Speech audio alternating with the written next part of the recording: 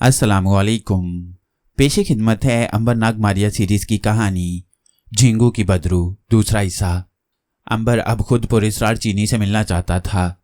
Chwang देवता का मंदिर एक पथरीली चारदीवारी के अंदर था। हैरानी की बात यह थी कि वहां कोई इंसान नजर नहीं आ रहा था, कोई पुजारी भी वहां नहीं था। अंबर ने घोड़े को मंदिर की दीवार के साथ बांधा और खुद मंदिर के अहाते में दाखिल हो गया। मंदिर का चबूतरा सामने था। चबूतरे पर मंदिर की तिकोनी 2 मंजिला इमारत खड़ी थी। ये बहुत पुरानी इमारत लगती थी। बाहर 2 कब्रें बनी हुई थीं, जिनके ऊपर छिपकलियों के सरों के बुत लगे हुए थे। मंदिर की सीढ़ियों पर जगह जगह घास उगी थी। अंबर जानबूझकर सीढ़ी के पास खड़ा हो गया। उसने आहिस्ता से पुरस्कार चीनी को आवाज दी और पुकार कर कहा कि वहां कोई है। पुरस्कार चीनी मंदिर के तहखाने में था कि अंबर की आवाज को उसने पहचान लिया और वहीं ठिठक गया। सोचने लगा, ये यहाँ क्यों आया है। उसे मालूम था कि अंबर लंगड़े कप्तान का नायब कप्तान है। पुरस्कार चीनी तेजी से तहखाने से निकलकर मंदिर के दरवाजे पर आ गया। उसकी चमकीली आंखें अंबर पर जमी थीं। अंबर ने उसे सलाम किया और बड़ी बेतकल्लुफी से बोला, दोस्त, मुझे कप्तान ने भेजा है। एक जरूरी पैगाम तुम्हारे नाम है। क्या मैं अंदर आ जाऊं? पुरस्कार चीनी ने कहा, क्या पैगाम है, यहां सुनाओ और यहीं से वापस चले जाओ। अंबर ने कांधे उचकाए और बोला, क्या तुम मुझे पानी भी नहीं पिलाओगे दोस्त? मैं सफर का थका हुआ हूं। मेरा घोड़ा बाहर बंधा है और फिर थोड़ी देर में कप्तान भी यहां पहुंचने वाला है। कप्तान भी आ रहा है? पुरस्कार चीनी ने हैरानी से पूछा। अंबर बोला, तुम मुझे बैठने का मौका दो तो बताऊं दोस्त। पुरस्कार चीनी ने अंबर को अपने पीछे आने को कहा। अंबर मंदिर में दाखिल हो गया। मंदिर की छत नीची थी और दीवारों पर छिपकलियों के सर बने हुए थे। ड्योढ़ी से निकलकर वो एक दालान में आ गए। यहाँ एक जानिब पानी का छोटा सा हौज था, जिसमें स्याह रंग का पानी भरा हुआ था। हौज के पास 2 कुर्सियां बिछी थीं। पुरस्कार चीनी ने अंबर को बैठने का इशारा किया। अंबर कुर्सी पर बैठ गया। पुरस्कार चीनी भी बैठ गया। उसने आहिस्ता से ताली बजाई। एक लड़की जिसने जलपरियों जैसा लिबास पहन रखा था एक सतून के पीछे से निकल आई और सर झुकाकर खड़ी हो गई। पुरस्कार चीनी ने कहा, कुछ पीने का लाओ हमारे मेहमान के लिए। लड़की चली गई। अंबर इधर उधर तकने लगा, फिर हौज की तरफ देखकर बोला, इसका पानी काला क्यों है दोस्त? पुरस्कार चीनी ने संजीदा लहजे में कहा, यहाँ की किसी शय के बारे में कोई सवाल न करो। ये बताओ कि तुम कप्तान का क्या पैगाम लाए हो और वो यहाँ किस लिए आ रहा है।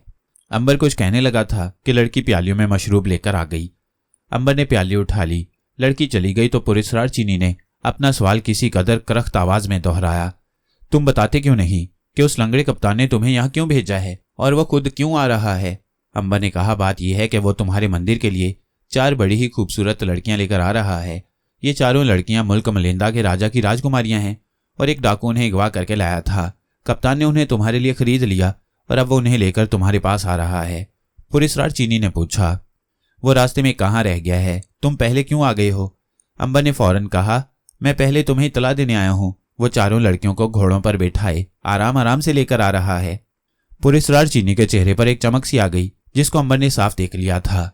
वो बोला, ठीक है, तुम कोठरी में चलकर आराम करो, मैं कप्तान का इंतजार करता हूँ। पुरस्कार चीनी ने एक बार फिर ताली बजाई। वही जलपरी के लिबास वाली खूबसूरत लड़की सतून के पीछे से निकलकर आ गई। पुरस्कार चीनी ने एक खास इशारा किया। लड़की ने सर झुका दिया। पुरस्कार चीनी ने अंबर से कहा, इसके साथ जाओ, ये तुम्हें तुम्हारे कमरे में पहुंचा देगी। जलपरी के लिबास वाली लड़की अंबर को लेकर एक रोशन बरामदे में से गुजरती हुई एक कोठरी में ले आई। कोठरी में अंधेरा था। लड़की ने मोमबत्ती रोशन कर दी। अंबर ने देखा कि दीवार के साथ एक पलंग लगा है। सामने 2 कुर्सियां रखी हुई हैं। दीवार पर एक छिपकली का सर लटक रहा है। लड़की जाने लगी तो अंबर ने उससे पूछा, ये छिपकली का सर यहाँ क्यों लटका रखा है? इसे यहाँ से ले जाओ। लड़की का चेहरा खौफ से जर्द हो गया। उसने दोनों हाथ अपने कानों पर लगाए और तेजी से भाग गई। अंबर ने दरवाजा बंद कर दिया। कुर्सी पर खड़े होकर दीवार से छिपकली के सर को देखा। ये पत्थर की छिपकली थी, मगर बिल्कुल असली लग रही थी। यहाँ जरूर छिपकली का कोई चक्कर था। मंदिर के बाहर भी कब्रों पर छिपकली के सर लगे थे। अंबर ने एक बार फिर वहां जुली सौंग की खुशबू सूंघने की कोशिश की, मगर उसे जुली सौंग की खुशबू कहीं ना आई। अंबर खामोश होकर पलंग पर बैठ गया। फिर लेटकर सोचने लगा कि अगर पुरस्कार चीनी को लंगड़े कप्तान की लाश मिल गई तो काम खराब ना हो जाए। यही सोचते सोचते काफी वक्त गुजर गया। फिर पुरस्कार चीनी अंदर आ गया। वो गुस्से में था। बोला, वो कप्तान का बच्चा अभी तक क्यों नहीं आया? कहीं तुम्हारी ये कोई साजिश तो नहीं है? अंबर उठकर बैठ गया और बड़ी मासूमियत से बोला, दोस्त, मैं तुम्हारे खिलाफ भला क्या साजिश कर सकता हूँ और मुझे जरूरत भी क्या है? मैं तो कप्तान के साथ ही बंदरगाह से चला था। लड़कियां भी हमारे साथ थीं। रास्ते में जरा देर हो गई होगी। थोड़ा इंतजार करो, अभी आ जाएगा। पुलिसराज चीनी गुस्से में कंधे झाड़ता बाहर निकल गया। अब अंबर को फिक्र हुई, जाहिर है कप्तान तो वहां आने वाला नहीं था। अंबर को अब जो कुछ भी करना था जल्दी करना था। असल में वो रात होने का इंतजार करना चाहता था, मगर पुलिसराज चीनी उसके पीछे पड़ गया था। जब रात हो गई और चारों तरफ अंधेरा छा गया तो अंबर चुपके से कोठरी से निकला और मंदिर के उस दालान की तरफ चलने लगा जिधर छिपकली का बड़ा बुत रखा था। वह फूंक फूंक कर कदम रख रहा था। अभी वह दालान के करीब ही पहुंचा था कि उसे पुलिसराज चीनी की आवाज सुनाई दी। वो किसी औरत से बातें कर रहा था। अंबर खिसकता हुआ बड़े सतून के पीछे आ गया और जरा सी गर्दन निकालकर दालान की तरफ देखा। पुलिसराज चीनी एक जलपरी के लिबास वाली औरत से बातें कर रहा था। उनके दरमियान ताक में मोमबत्ती जल रही थी। पुलिसराज चीनी कह रहा था, मुझे इस नायब कप्तान अंबर पर शक है। यह जरूर जूली सॉन्ग की टो में यहाँ आया है। कप्तान का इसने बहाना बनाया है। अगर लंगड़ा कप्तान इसके साथ था तो वह अभी तक यहाँ क्यों नहीं पहुंचा? जलपरी के लिबास वाली औरत ने कहा, तुम इसे अपने रास्ते से हटा क्यों नहीं देते? इसके सरहाने के नीचे काले सांप की कैंचली छुपा दो। काला सांप अपने आप आकर इसको डस देगा और हमारा पीछा छूट जाएगा। पुलिसराज चीनी बोला, ये तुमने ठीक कहा।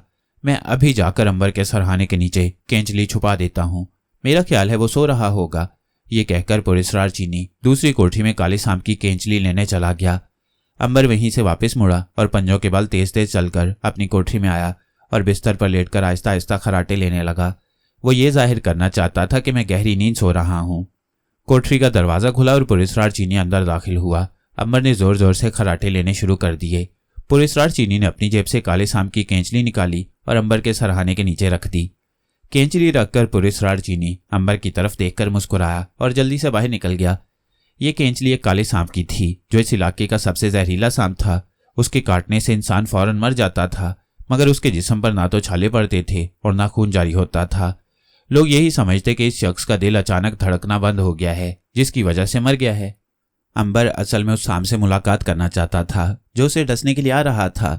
ये काला सांप इसी मंदिर की एक अंधेरी कोठरी के बिल में रहता था। पहले उसकी कैंचली पुलिसराज चीनी ने एक बोतल में बंद करके रखी थी, जिसकी बू बाहर नहीं निकलती थी। सांप को अपनी कैंचली बड़ी अजीज होती है। अगर उसकी कैंचली उसके सामने से कोई उठाकर ले जाए तो सांप उसका पीछा करता है। जब पुलिसराज चीनी ने कैंचली बोतल से निकालकर अंबर के सरहाने के नीचे रखी तो उसकी बू काले नाग तक फौरन पहुंच गई। वो गुस्से में फुंकारता हुआ अपने बिल से बाहर निकलकर अंबर की कोठरी की तरफ चला। पुलिसराज चीनी ने कोठरी का दरवाजा थोड़ा सा खोल दिया था और खुद जलपरी के लिबास वाली औरत के पास जाकर अंबर की मौत का इंतजार करने लगा था। सांप फुंकारता हुआ अंबर की कोठरी में दाखिल हो गया। उसकी कैंचली की बू अंबर के सरहाने से आ रही थी। काला सांप फुंकारता हुआ गुस्से में लहराता तेजी से अंबर के पास आया और आते ही उसे डस दिया। डसते हुए काले सांप ने महसूस किया कि जिस आदमी को उसने डसा है उसके जिस्म से नाग देवता की हल्की हल्की खुशबू आ रही है। काला सांप चक्कर में पड़ गया कि यह शख्स कौन है। वो नाग देवता नहीं हो सकता था, क्योंकि नाग देवता की खुशबू तो दूर दूर तक जाती है। उसके जिस्म से नाग देवता की हल्की खुशबू आ रही थी। इस दौरान अंबर ने भी आंखें खोल दी थी। उसने काले सांप की तरफ देखा। काला सांप फन उठाए अंबर के मुंह के बिल्कुल ऊपर झुका हुआ उसे गौर से देख रहा था। अंबर ने कहा, तुमने नाग देवता के भाई को काटा है, तुम्हें नाग देवता इसकी सजा देगा। काले सांप ने इस आदमी यानी अंबर को सांपों की जुबान में बात करते सुना तो समझ गया कि मामला गड़बड़ है और यह आदमी वाकई नाग देवता का भाई है। फौरन फन को सुकेड़ा और अदब से माजरत करते हुए बोला, अजीम नाग देवता के भाई, मुझसे भूल हो गई। मैं मुआफ़ी चाहता हूँ। मुझे मालूम नहीं था कि तुम नाग देवता के भाई हो। अंबर उठकर बैठ गया। उसने कहा, चलो मैं तुम्हें मुआफ़ करता हूँ, मगर ये बताओ कि इस मंदिर में क्या होता है और क्या तुमने एक ऐसी औरत को यहाँ देखा है जिसकी आंखें ज़रा ज़रा नीली हों और जिसको यहाँ अगवा करके लाया गया हो? काला सांप कुछ सोच में पड़ गया। अजीम नाग देवता के भाई, मैंने ऐसी किसी औरत को नहीं देखा, मगर इतना जानता हूँ कि इस मंदिर के एक मीनार की बारादरी में एक पत्थर है जिसमें किसी औरत की मूरत लगी है। ये चीनी और उसकी जलपरी बीवी रोज आधी रात को उस मूरत को जाकर आग दिखाते हैं। मूरत के अंदर से औरत की चीखों की आवाज़ आती है। ये कोई मंत्र उससे मालूम करना चाहते हैं जिसका ये अमल कर रही हैं। अंबर हैरानी से ये सब कुछ सुनता रहा। उसने कहा, मुझे ये बताओ, क्या तुम इन दोनों को डसकर हलाक कर सकते हो? काले सांप ने कहा, अजीम नाग देवता के भाई, ये काम मैं नहीं कर सकता। कोई सांप भी सिवाय नाग देवता के इन्हें हलाक नहीं कर सकता, क्योंकि इन्होंने एक ऐसा तरियाक पी रखा है कि इन पर किसी जहर का असर नहीं होता। अंबर ने कहा, ठीक है, अब तुम जाओ। काला सांप अदब से सलाम करके चला गया। उसके जाते ही अंबर इस तरह लेट गया कि उसने अपना सांस रोक लिया और दिल की धड़कन की रफ्तार इतनी मध्यम कर ली कि किसी को यह धड़कन महसूस नहीं हो सकती थी। कुछ देर के बाद पुलिसराज चीनी और जलपरी औरत अंदर दाखिल हुए। उन्होंने आते ही मोमबत्ती रोशन की और झुककर अंबर को देखा। पुलिसराज चीनी ने मुस्कुरा कर कहा, मर गया है, चलो अब इसे गड्ढे में फेंक देते हैं। यह हमारा दुश्मन था जो दोस्त का भेष बदलकर यहाँ आया था। उन्होंने अंबर को उठाया और मंदिर के बड़े सेन के अकब में जो गहरा गड्ढा था उसमें लाकर फेंक दिया। रात आधी गुजर चुकी थी। जब पुलिसराज चीनी और जलपरी औरत चले गई तो अंबर उठकर गड्ढे से बाहर निकल आया। उसे मालूम था कि मंदिर का पुराना मीनार कोने में है और उसके ऊपर बारादरी भी है। वो अंधेरे में चलता मीनार की तारीख सीढ़ियां चढ़ता ऊपर बारादरी में आ गया। उसने देखा कि एक गोल पत्थर बारादरी के बीच में पड़ा है। अब जो अंबर ने झुककर देखा वो तड़प कर रह गया, क्योंकि पत्थर में जूली सॉन्ग की तस्वीर लगी थी। ये तस्वीर तांबे के एक मेडल पर बनी हुई थी जो पत्थर में चिपका दिया गया था। बार बार आग दिखाने से जूली सॉन्ग की खुदी हुई तस्वीर काली पड़ गई थी। अंबर ने जूली सॉन्ग को आहिस्ता से आवाज दी, मगर उसने कोई जवाब न दिया। इतने में मीनार की सीढ़ियों में इंसानी कदमों की आहट सुनाई दी। पुलिसराज चीनी जलपरी के साथ हाथ में जलती हुई मशाल लिए ऊपर आ रहा था। अंबर जल्दी से बारादरी के एक सतून के पीछे छुपकर बैठ गया। पुलिसराज चीनी और जलपरी औरत बारादरी में आ गई। पुलिसराज चीनी के हाथ में जलती हुई मशाल थी। उसने जूली सॉन्ग की तरफ घूर कर देखते हुए कहा, तुम्हें वो श्लोक बताना ही पड़ेगा जिसकी मुझे तलाश है। मैं अग्नि मंत्र पढ़ने लगा हूँ। और पुलिसराज चीनी ने अजीब जुबान का एक मंत्र पढ़ना शुरू कर दिया। कुछ देर मंत्र पढ़ने के बाद उसने मशाल का शोला जूली सॉन्ग के चेहरे के आगे कर दिया।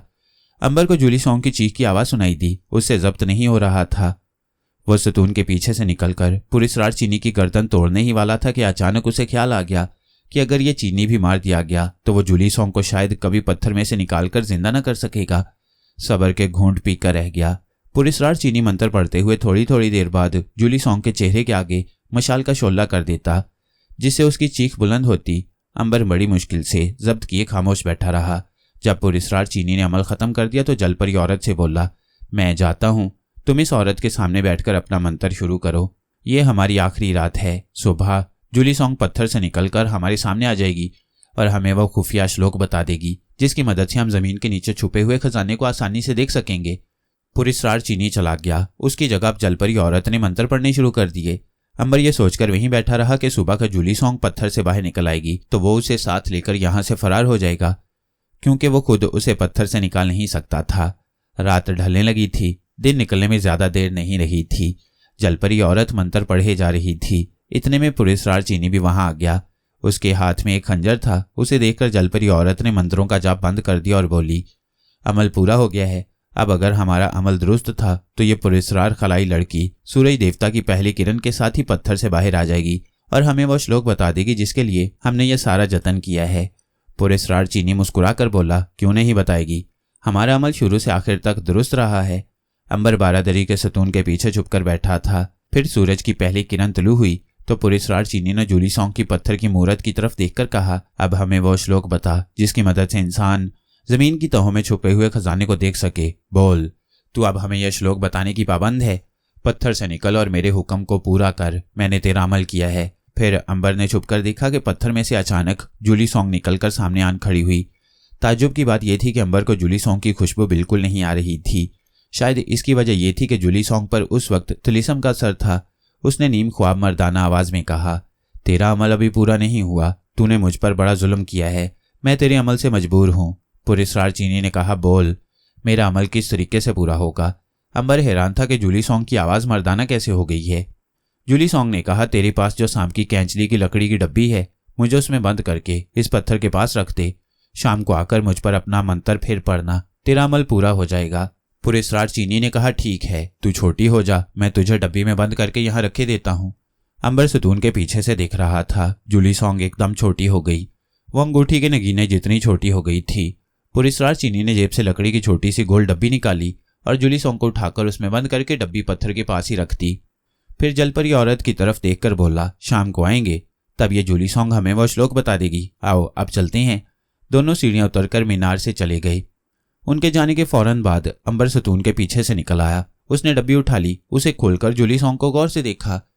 जूली सॉन्ग एक बटन जितनी बन गई थी और आंखें बंद किए जैसे बेहोश पड़ी थी। अंबर ने उसे आहिस्ता से आवाज दी, मगर जूली सॉन्ग ने कोई जवाब न दिया। अंबर ने डब्बी अपनी जेब में रख ली और मीनार से नीचे उतर आया। अब वो वहां से निकल जाना चाहता था। जो ही वो मंदिर से बाहर निकलने लगा, एकदम सामने जलपरी आ गई। जलपरी ने अंबर को जिंदा देखा तो चीख मारकर दौड़ी। पुलिसराज चीनी उसकी चीख की आवाज सुनकर कमरे से निकल आया। सामने अंबर को जिंदा हालत में देखा तो वो भी हक्का बक्का होकर रह गया। अंबर ने मुस्कुरा कर कहा, मैं जानता हूं तुम हैरान क्यों हो। मगर मैं तुम्हारी हैरानी दूर किए देता हूँ, मैं मरा नहीं, जिंदा हूँ। पुरस्कार चीनी ने जेब से खंजर निकाल लिया। अंबर ने आगे बढ़कर उसके हाथ से खंजर छीन लिया और उसे गर्दन से पकड़कर उठा लिया। पुरस्कार चीनी उसके हाथ में चूहे की तरह लटक रहा था। जलपरी भागने लगी तो अंबर ने उसे भी बालों से पकड़कर उठा लिया और दोनों को उसी तरह लटकाए हुए कमरे में ले आया। कमरे में लाते ही उसने दोनों को फर्श पर रख दिया और बोला, मैं तुमसे जो पूछूं मुझे सच सच बता देना। अगर तुमने झूठ बोला तो मेरी ताकत से तुम अच्छी तरह आगाह हो चुके हो। मैं तुम में से किसी को भी जिंदा नहीं छोड़ूंगा। पुरस्कार चीनी और जलपरी औरत डरे हुए बैठे थे। अंबर ने जेब से जूली सॉन्ग की डब्बी निकालकर सामने रख दी और बोला, मुझे बताओ, जूली सॉन्ग पर से इस तिलिस्म का असर किस तरह से जाया होगा? पुरस्कार चीनी ने हाथ जोड़कर कहा, मैं जादूगर सामरी की कसम खाकर कहता हूं कि इस तिलिस्म के तोड़ का मुझे इल्म नहीं है। ये एक ऐसा तिलिस्म है कि जिसका तोड़ इस दुनिया में कोई नहीं जानता। जलपरी ने कहा, तुम शाम तक इंतजार करो, जूली सॉन्ग शाम को बाहर आ जाएगी डब्बी से। फिर तुम उससे पूछ लेना कि वो जादू के असर से कैसे बाहर निकल सकती है। इतने में फुंकार की आवाज के साथ काला सांप कोठरी में आ गया। उसे देखकर पुरस्कार चीनी और जलपरी औरत चौंकी कि ये कैसे आ गया है। सांप ने अंबर से कहा, अजीम नाग देवता के भाई, जूली सॉन्ग को अब डब्बी से बाहर ना निकालना। ये दोनों तुमसे धोखा कर रही हैं। अगर तुमने डब्बी खोल दी और शाम को जूली सॉन्ग उससे बाहर आ गई तो फिर वो सारी जिंदगी अपनी असली हालत में वापस नहीं जा सकेगी और एक भूत बनकर तुमसे हमेशा हमेशा के लिए बिछड़ जाएगी। इसलिए बेहतर यही है कि जूली सॉन्ग को डब्बी में बंद ही रखो और किसी दरवेश से उसके जादू का तोड़ मालूम करो। पुरस्कार चीनी और जलपरी औरत तो सांप की आवाज नहीं सुन सकते थे, मगर वो देख रहे थे कि काला सांप फान उठाए अंबर के सामने खड़ा है और अंबर उसकी तरफ गौर से देख रहा है। अंबर ने कहा, ठीक है मेरे दोस्त, मैं तुम्हारे कहने पर अमल करूंगा। तुम्हारी इस इत्तला का बहुत बहुत शुक्रिया। इसके बाद अंबर ने पुरस्कार चीनी से कहा, तुम्हारी मकार साथी जलपरी ने मुझे जो कुछ कहा है मैं उस पर अमल नहीं करूंगा, क्योंकि मुझे उसकी नीयत के बारे में सांप ने सब कुछ बता दिया है। पुरस्कार चीनी और जलपरी औरत एकदम परेशान हो गई। पुरस्कार चीनी ने कहा, मैंने कोई जुल्म नहीं किया। अंबर ने गुस्से में कहा, इसका ऐलान तो रात जूली सॉन्ग ने खुद किया था कि तुमने उसे बेहद तकलीफ पहुंचाई है। मेरे कानों में अभी तक जूली सॉन्ग की चीखों की आवाजें गूंज रही हैं। इस पर पुरस्कार चीनी ने अंबर को डराने की कोशिश की और कहा, याद रख, अगर तूने मुझ पर हाथ उठाया तो मैं सामरी जादूगर का एक ऐसा तिलिस्म फूंकूंगा कि तू भस्म होकर रह जाएगा। अंबर ने कहा, मैं चाहूं भस्म हो जाऊं मगर तुम्हें जिंदा नहीं छोड़ूंगा। तुम इंसानियत के दुश्मन हो। तुम अगर जिंदा रहे तो जरूर किसी दूसरी लड़की को पकड़कर यहां ले आओगे और उस पर जुल्म करना शुरू कर दोगे। अब मरने के लिए तैयार हो जाओ। पुरस्कार चीनी और जलपरी बाहर को भागे। अंबर ने लपक कर उनको गर्दनों से पकड़ लिया और मंदिर के सेन में उस जगह ले आया जहां काले पानी का भरा हुआ हौज था। अंबर ने दोनों के पांव के साथ भारी पत्थर बांधे और उन्हें हौज में गिरा दिया। हौज काफी गहरा था। दोनों जालिम इंसान हौज के स्याह पानी में डूब गए। थोड़ी देर तक हौज की सतह पर बुलबुले उठते रहे, फिर पानी की सतह साकिन हो गई। काला सांप अंबर के साथ ही था। अंबर कहने लगा, मैं अब जूली सॉन्ग को लेकर यहां से चलता हूं। मुझे अब ना सिर्फ ये कि जूली सॉन्ग के तिलिस्म को तोड़ना है, बल्कि अपने बहन भाइयों नागमारिया, केटी और थ्यूसॉन्ग को भी तलाश करना है। काले सांप ने कहा, मेरा एक मशवरा है। मैंने सुन रखा है कि यहाँ से दूर चीन के शहर कैथे में एक पुराना कब्रिस्तान है। उस कब्रिस्तान में रात के पिछले पहर ऐसा होता है कि आसमान से फरिश्ते मुर्दों के लिए ठंडा शरबत लेकर आते हैं। सारे मुर्दे अपनी कब्रों से निकलकर ठंडे शरबत से अपनी प्यास बुझाते हैं। अगर कोई ऐसा मुर्दा हो कि जिसके किसी गुनाह की वजह से फरिश्ते उसे ठंडा शरबत ना दें तो तुम उसके सवाल को पूरा कर देना। मुमकिन है वो सवाल पूरा हो जाने के बाद तुम्हें उस तिलिस्म का तोड़ बता दे और जूली सॉन्ग फिर से जिंदा इंसानी हालत में आ जाए। अंबर ने काले सांप का शुक्रिया अदा किया और शहर कैथे की तरफ रवाना हो गया। उस वक्त मारिया झींगू बदरू की शक्ल में गैबी हालत में चीन के दूर दराज इलाकों के कब्रिस्तानों और शमशानों में मंडला रही थी, जबकि केटी, थ्यूसॉन्ग और नाग बूढ़े चीनी के साथ 500 साल पुराने सांप की खोपड़ी लिए काशान की बूढ़ी औरत की तरफ जा रहे थे ताकि वह सांप की खोपड़ी की मदद से उन्हें मारिया से मिला सकें और मारिया को झींगू की बदरू से निजात मिल सके। अंबर की जेब में लकड़ी की डब्बी थी जिसमें जूली सॉन्ग बंद थी और अंबर कैथे शहर के पुराने कब्रिस्तान की तरफ जा रहा था। नाग, केटी, बूढ़ा चीनी और थ्यूसॉन्ग 500 बरस पहले के मुर्दा सांप की खोपड़ी लेकर काशान शहर की बूढ़ी औरत के पास पहुंच गई। बूढ़ी औरत को सांप की 500 बरस पुरानी खोपड़ी देकर बूढ़े चीनी ने कहा, ये लो, मैं तुम्हारे लिए सांप की खोपड़ी ले आया हूँ। ये 500 बरस पहले मरे हुए सांप की खोपड़ी है। अब तुम इस पर अमल करके हमारी बेटी मारिया को झींगू की बदरू से निजात दिलाओ। बूढ़ी औरत ने नाग, केटी और थ्यूसॉन्ग की तरफ देखकर पूछा, ये कौन लोग हैं? बूढ़े चीनी ने कहा, ये मारिया के बहन भाई हैं। इनकी मदद से ही मुझे 500 बरस पुराने सांप की खोपड़ी मिली है।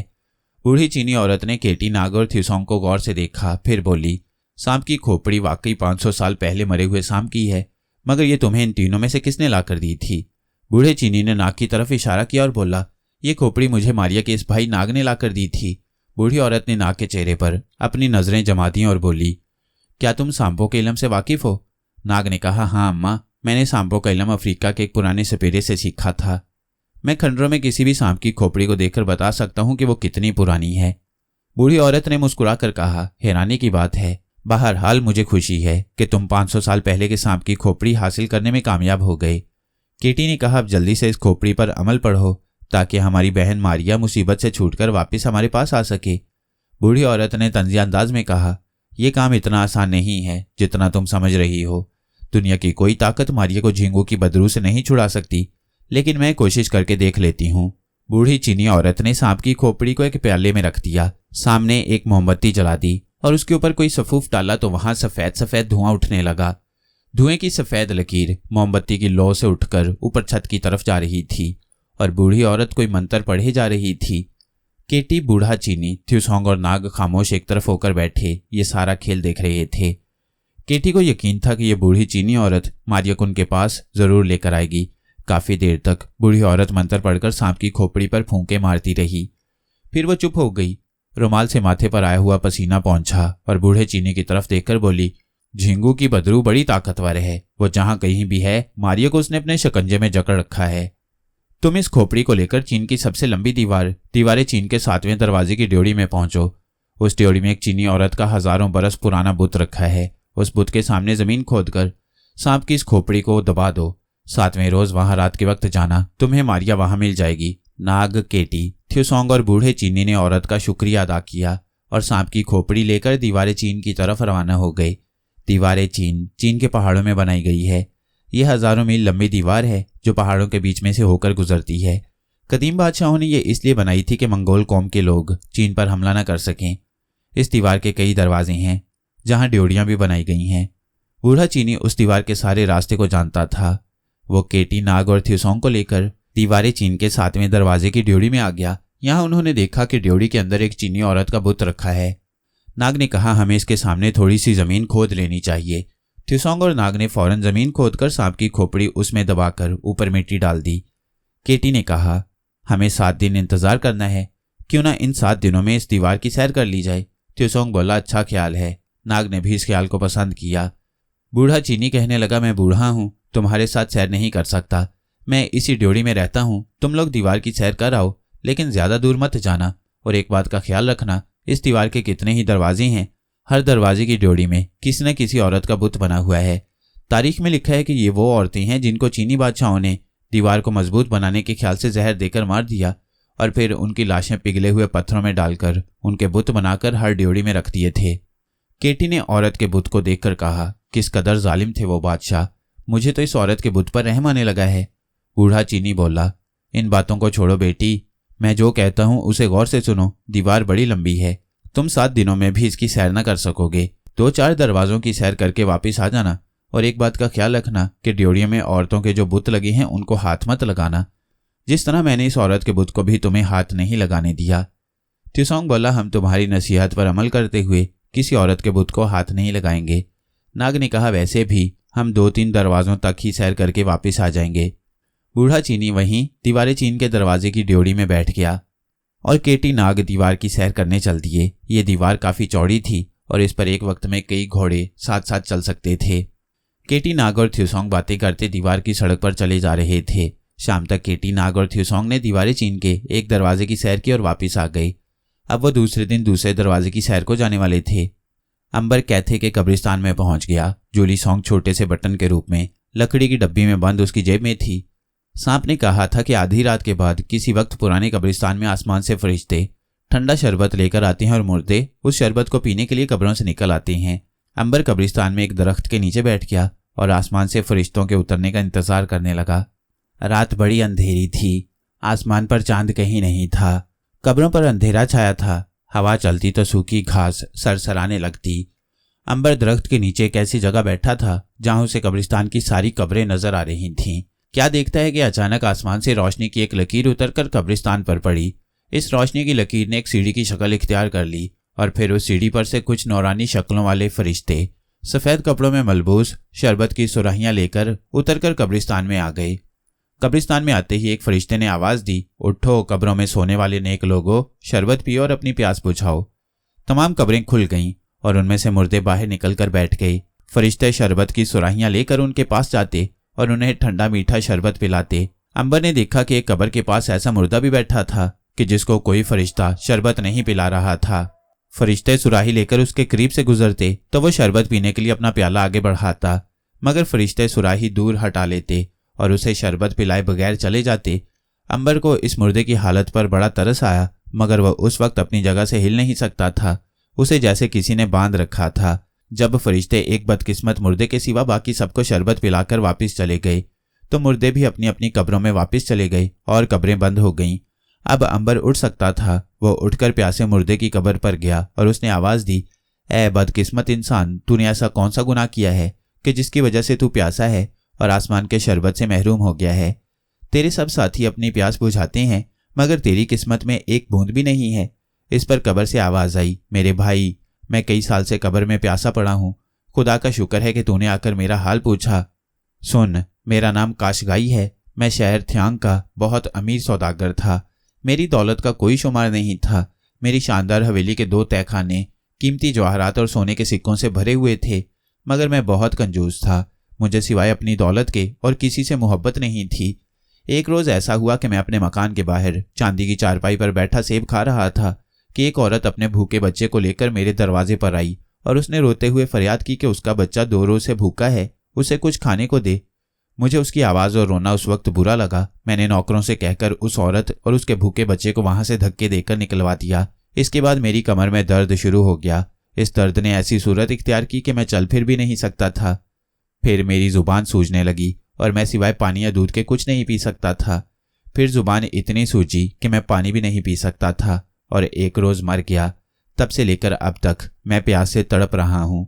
हर रोज़ रात को आसमान से फरिश्ते आकर दूसरे मुर्दों को शरबत पिलाते हैं, लेकिन मुझे एक कतरा भी नहीं पिलाते। कई साल से मैं प्यासा यहाँ पड़ा हूँ। अंबर ने कहा, मैं तुम्हारे लिए क्या कर सकता हूँ? गुनाहगार मुर्दे ने कहा, मेरे भाई, मैं अपने गुनाहों पर सख्त पछता रहा हूँ। काश मैं अपनी दौलत से लोगों की मदद करता और उस गरीब औरत के भूखे बच्चे को अपने मकान से धक्के देकर ना निकलवाता। अब तू ऐसा कर कि मेरी हवेली में जा और तहखाने में छुपी हुई सारी दौलत निकलवा कर गरीबों और यतीमों में खैरात करा दे। उसके बाद मेरे पास आना, शायद खुदा मेरे गुनाह मुआफ कर दे। अंबर ने उस गुनाहगार मुर्दे काशगाई की हवेली का पता पूछा और दिन निकलते ही उसकी हवेली में जा पहुंचा। उसने काशगाई के बेटे को सारा माजरा सुनाया और कहा कि वह अपने बाप के तहखाने की सारी दौलत निकालकर उसकी वसीयत के मुताबिक गरीबों और मोहताजों में खैरात कर दे। उसके बेटे ने अंबर को कोई चोर डाकू समझा और बोला, मैं तेरी बात का कैसे एतबार कर लूं? पहले मुझे चलकर मेरे बाप को दिखा। अगर मैं अपनी आंखों से अपने बाप को कब्रिस्तान में प्यासा देख लूं तो खैरात करूंगा। अंबर उसके बेटे को लेकर कब्रिस्तान में आ गया, मगर रात को कोई फरिश्ता आसमान से शरबत लेकर कब्रिस्तान में ना उतरा। कोई मुर्दा भी कब्र से ना निकला। कब्रिस्तान पर सारी रात गहरा सन्नाटा छाया रहा। गुनाहगार मुर्दे के बेटे ने कहा, मैं ना कहता था कि तुम झूठ बोल रहे हो? जाओ अपना रास्ता लो और खबरदार फिर मेरे घर का रुख किया तो मैं बादशाह के सिपा सालार को कहकर तुझे कैद में डलवा दूंगा। अंबर बड़ा हैरान था कि जब एक रात पहले उसने अपनी आंखों से कब्रिस्तान में फरिश्तों को उतरते और मुर्दों को शरबत पीते देखा था, तो अब ऐसा क्यों नहीं हो रहा? कहीं ये उसकी आंखों का धोखा तो नहीं था? अंबर दिन के वक्त गुनाहगार मुर्दे की कब्र पर आया और आवाज़ देकर पूछा कि असल माजरा क्या है, मुझे बताओ। क्या मैंने जो कुछ कब्रिस्तान में रात के वक्त देखा वो सब मेरी आंखों का धोखा था? कब्र में से गुनाहगार काशगाई की आवाज़ आई, मेरे दोस्त, कब्रिस्तान में जो कुछ तुमने देखा था वो सिर्फ तुम ही देख सकते थे। आम दुनिया वाले उसे नहीं देख सकते। मेरा बेटा भी ये मंजर कभी नहीं देख सकता। अंबर ने कहा, अगर तुम ठीक कहते हो तो फिर तुम्हारे बेटे को मैं किस तरह राजी करूं? वो तुम्हारी दौलत गरीबों में तकसीम करने पर तैयार नहीं है। कब्र में से आवाज़ आई, मैं जानता था वो ऐसा ही करेगा। कोई बात नहीं मेरे दोस्त, तुम ऐसा करो कि मेरी कब्र पर से थोड़ी सी मिट्टी उठाकर अपने जिस्म पर लगा लो। ऐसा करने से तुम कुछ वक्त के लिए गायब हो जाओगे। जब तुम गायब हो जाओ तो सीधा मेरे तहखाने में रात के वक्त जाकर मेरी सारी दौलत निकालकर दूसरे शहर में ले जाना और गरीबों में बांट देना। अंबर ने सोचा कि चलो मैं भी कुछ दिनों के लिए गायब होकर देख लेता हूँ। बस अंबर ने काशगाई गुनाहगार की कब्र की मिट्टी लेकर अपने जिस्म से लगा ली। मिट्टी के लगाते ही अंबर गायब हो गया। उसने गुनाहगार मुर्दे से कहा, मैं गायब हो गया हूँ। अब मैं जाता हूँ और तुम्हारी जमा की हुई दौलत मोहताजों में तकसीम करके तुम्हारे पास आता हूँ। ये कहकर अंबर गैबी हालत में सीधा गुनाहगार मुर्दे के बेटे की हवेली में पहुंचा। उसका बेटा अपने दोस्तों के साथ बैठा गाना सुन रहा था। अंबर को वो देख नहीं सकता था। अंबर सीधा हवेली की सीढ़ियां उतरकर तहखाने की तरफ चला गया। उसने तहखाने का दरवाजा तोड़ दिया और देखा कि अंदर 4 बड़े बड़े बोरियों में जवाहरात और सोने के सिक्के बंद पड़े थे। कुछ बोरियां मुर्दे के बेटे ने खर्च कर ली थीं। अंबर ने एक बोरा सर पर उठाया और तहखाने से निकलकर हवेली के सहन में आ गया। चूंकि वो खुद गायब था, इसलिए जवाहरात का बोरा सर पर उठाने के बाद वो बोरा भी गायब हो गया था। अंबर ने बारी बारी तहखाने से सारे जवाहरात और सोने के सिक्कों से भरे हुए बोरे निकालकर बाहर जंगल में एक जगह रख दिए। फिर उसने 2 घोड़े लिए, उन घोड़ों पर चारों बोरे लादे और दूसरे शहर की तरफ रवाना हो गया।